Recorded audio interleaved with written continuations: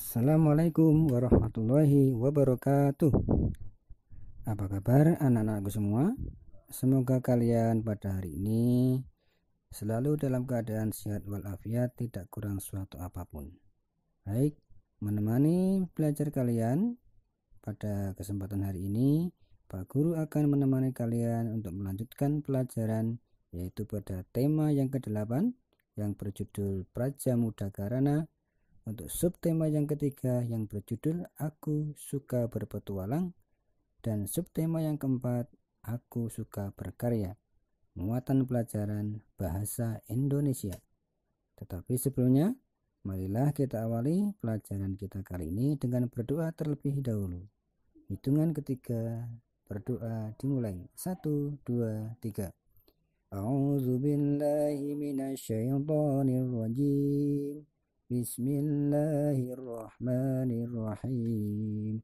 Raditu billahi rabba wa bil islami dina wa bi Muhammadin nabiyyan wa rasula. Rabbi zidni ilma warzuqni fahma. Amin ya rabbal alamin. Baik anak-anakku semua, sebelum kita masuk ke materi, Pak Guru sampaikan dulu tujuan pembelajaran yang akan kita lalui pada kesempatan hari ini. Tujuan yang pertama adalah dapat mengidentifikasi lambang atau simbol lalu lintas dengan benar. Dan yang kedua, dapat menceritakan makna simbol-simbol lalu lintas dengan benar. Baik, sekarang kita mulai untuk subtema yang ketiga, yaitu Aku Suka Berpetualang. Nah, pada subtema ini Pak Guru akan memperkenalkan kepada kalian yaitu tentang jenis-jenis rambu-rambu lalu lintas. Nah, tentu saja kalian setiap saat menjumpai adanya bermacam-macam rambu-rambu lalu lintas yang terpasang di pinggir-pinggir jalan ketika kita sedang bepergian. Nah, tentu saja semua itu ada maksud dan tujuannya. Tujuannya adalah supaya kita itu selalu diberikan keselamatan. Syaratnya tentu saja dengan mematuhi rambu-rambu lalu lintas yang ada. Oke, baik. Nah, ternyata rambu-rambu lalu lintas yang sering kita jumpai itu ada 4 macam. Yang pertama itu ada rambu-rambu yang berupa peringatan. Yang kedua, rambu-rambu yang berupa larangan. Yang ketiga, rambu-rambu yang berupa perintah. Dan yang keempat, rambu-rambu yang berupa petunjuk. Baik, nanti kita akan menyimak pada gambar jenis-jenis rambu-rambu yang sudah Pak Guru sampaikan tadi. Di sini kalian bisa melihat untuk yang pertama yaitu rambu-rambu peringatan. Nah, bisa kalian lihat pada gambar yang pertama, di situ ada rambu-rambu peringatan bahwa kita memasuki daerah rawan longsor. Nah, digambarkan dengan sebuah kendaraan yang berada di sisi tebing yang sedang terjadi longsor. Makanya tujuannya adalah supaya kita lebih berhati-hati ketika melewati daerah tersebut. Ya, perhatikan ya, nanti kalau kalian bepergian dengan kendaraan kok menjumpai gambar seperti nomor 1, rambu-rambu seperti nomor 1, nah supaya nanti kita harus lebih waspada karena daerah di sekitar kita yang kita lewati itu rawan terjadi longsor. Kemudian yang kedua, di sini ada sebuah mobil yang sedang melalui jalan yang berkelok-kelok. Nah, itu artinya adalah kita sedang melintasi jalan yang licin. Nah, diharapkan ketika kita melalui jalan ini, kita juga diharapkan untuk lebih berhati-hati. Supaya apa? Supaya kita tidak terjatuh ketika mengendarai sepeda motor atau tidak terjadi slip ketika kita sedang mengendarai kendaraan roda 4 dan sebagainya. Nah, itu tujuannya supaya kita lebih berhati-hati ketika melewati jalanan yang licin. Nah, sekarang gambar yang ketiga. Nah, ini merupakan petunjuk bahwa jalan yang kita lalui itu penuh dengan tikungan. Nah, banyak tikungannya atau sering kita namakan dengan jalan berkelok. Nah, di sini kita harus lebih banyak berhati-hati juga, terutama ketika kita sedang melewati jalan yang sedang berbelok. Di situ pasti ada petunjuknya. Contohnya, marka di tengah itu pasti bersambung, tidak terputus. Itu ada artinya itu. Nah, artinya adalah kita tidak boleh mendahului kendaraan yang ada di depan kita. Makanya pasti sebelum kita memasuki jalan berkelok itu ada tanda semacam ini supaya nanti kita bisa waspada, tidak mengebut atau tidak mendahului kendaraan yang ada di depan kita. Paham ya? Ya, sekarang yang nomor 2 yaitu rambu-rambu larangan. Ya. Nomor 1, di sini ada gambar huruf P di dalam lingkaran merah. Ya, kemudian disilang atau diberi garis miring. P itu artinya parking. Nah, dalam bahasa Inggris itu ya. Nah, parking tapi disilang. Itu artinya kita tidak boleh memarkir kendaraan kita di sekitar tempat itu. Nah, karena memang di situ bukan tempat parkir, maka diberikan tanda seperti itu huruf P ya, kemudian diberi garis silang. Tidak boleh berparkir di tempat itu. Hati-hati ya. Nanti kalau kalian sudah dewasa, sudah besar, melihat tanda seperti itu berarti kita tidak boleh memarkir kendaraan kita di daerah itu. Yang kedua, nah di sini ada rambu-rambu huruf S, kemudian disilang juga S, itu artinya stop. Stop itu artinya berhenti, tapi S-nya disilang. Itu menunjukkan atau bermakna bahwa kita dilarang berhenti. Nah, dilarang berhenti di sepanjang jalan yang sedang kita lewati itu. Mungkin apa? Mungkin karena suatu hal. Contohnya, misalnya di situ sering terjadi kecelakaan, maka kita sebaiknya berjalan terus. Maka di situ dipasang rambu-rambu don't stop, dilarang berhenti. Nah, harus kita patuhi itu.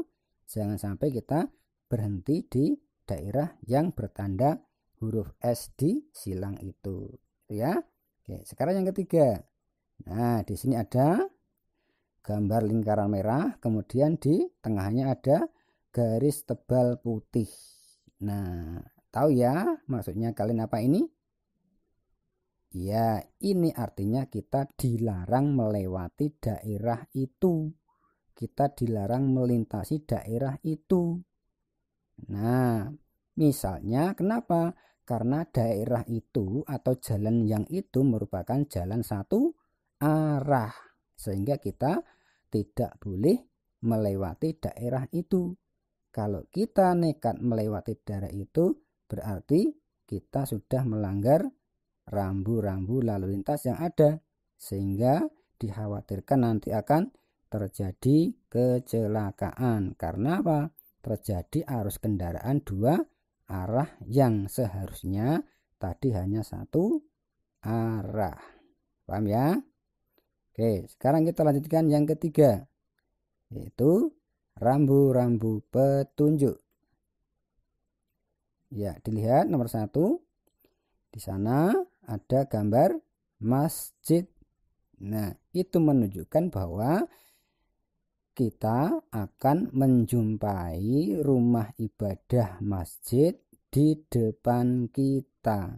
Nah, misalnya kita sedang dalam perjalanan, tiba waktunya untuk sholat, kemudian kita menjumpai gambar masjid di pinggir jalan, itu menunjukkan bahwa di depan kita itu ada sebuah masjid. Nah, kita bisa berhenti di situ untuk menjalankan ibadah sholat.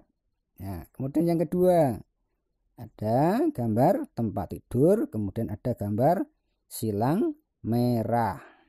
Itu menunjukkan bahwa di sekitar daerah yang kita lewati atau di depan kita itu terdapat sebuah rumah sakit, ya.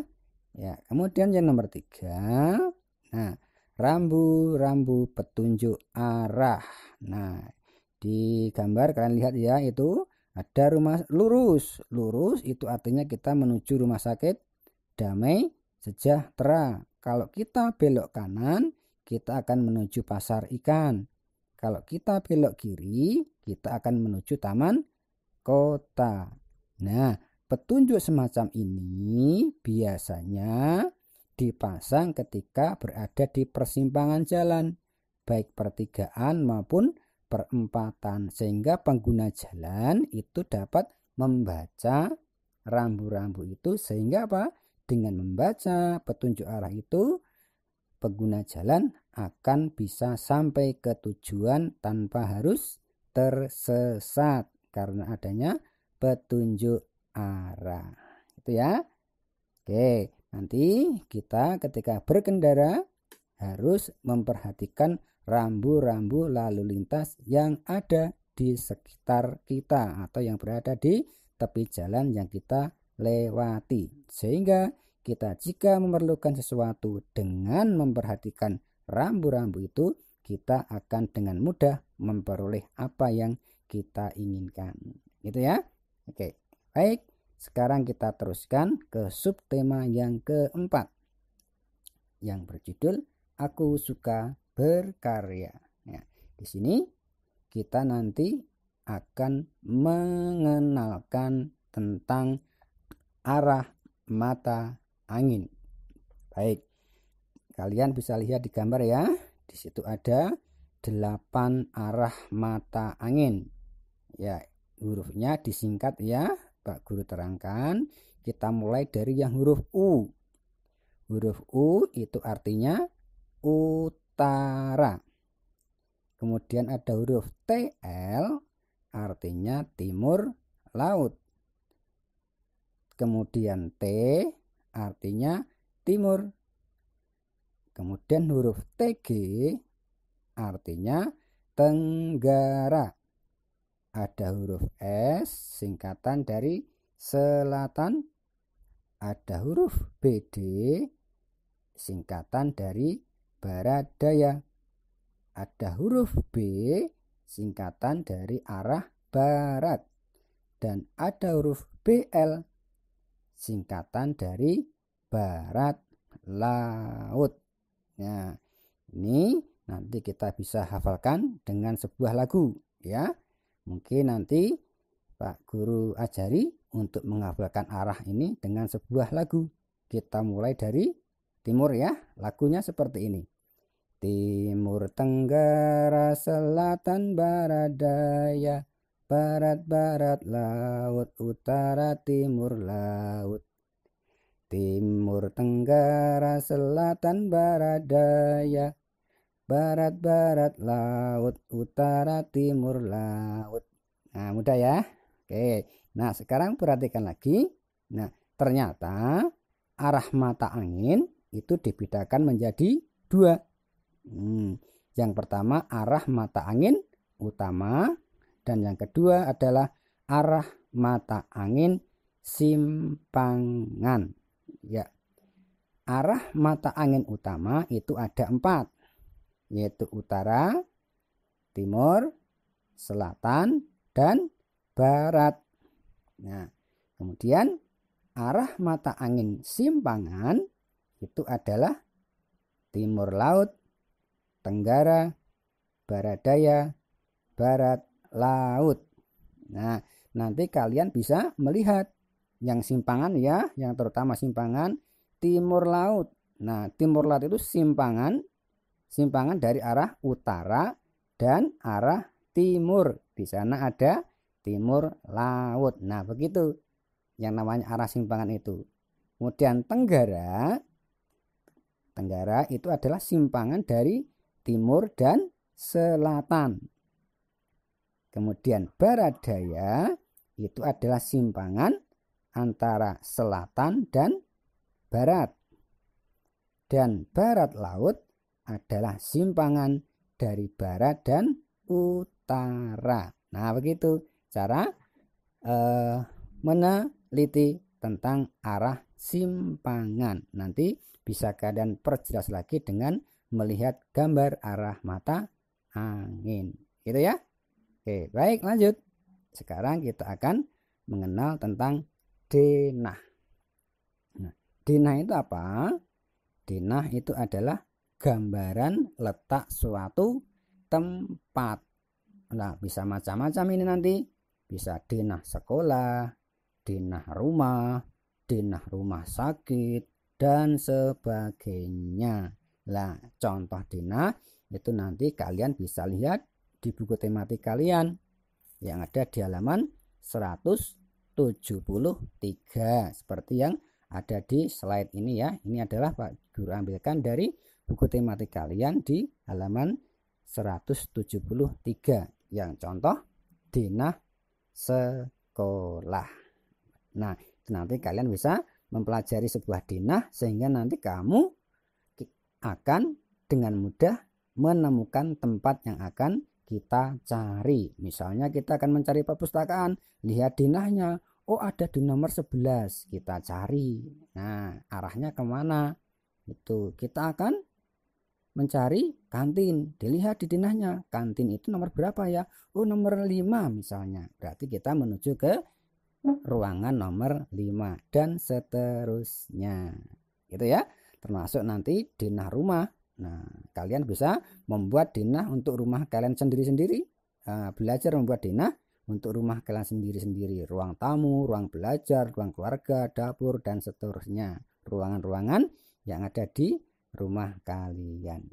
Baik anak-anak, untuk pelajaran hari ini cukup sebagai tugas kalian. Nah, buatlah 5 contoh rambu-rambu lalu lintas yang berupa rambu-rambu peringatan.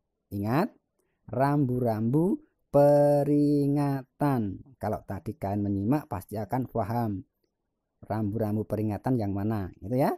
Nah, buatkan gambarnya. Nah, digambar, kemudian berilah penjelasannya atau arti gambar yang kalian buat itu. Nah, kalau sudah, kirimkan hasil pekerjaan kalian itu kepada Bapak Ibu Guru kelas kalian masing-masing. Baik anak-anak, selamat mengerjakan, tetap bersemangat, dan tetap belajar di rumah. Terima kasih atas perhatiannya. Wassalamualaikum.